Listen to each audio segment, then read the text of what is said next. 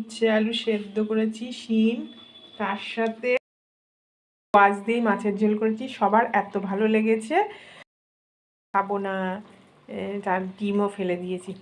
আর 2 in 1 মাছের ঝোল আর ডিমের ঝোল। যে বলবে ডিমের ঝোল খাবো ডিম তুলে দেবো, আর যে বলবে মাছ খাবো সেই মাছ তুলে দেবে। এই দেখো বড় বড় করে কুয়াশ দিয়েছি, কুয়াশটা দিলে বলছে মাছের ঝোলটা দারুণ হয়েছে।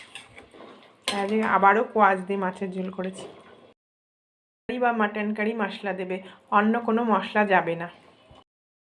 পাহাড়ের সবজি, ওই জন্য ওতে চিকেন কারি নয় মাটন কারি মশলা, আর যদি নিরামিষই করো সবজি মশলা লাগবে।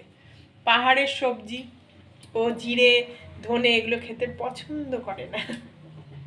আর যে জানো তো রবিবার তো অনেক কাঁচাকুচি ছিল, দিয়ে সেদ্ধ করলাম আর মাছের ঝোল করলাম, আর কালকে চাটনি ছিল, চাটনি দিয়ে সবাই খেয়ে নেবে।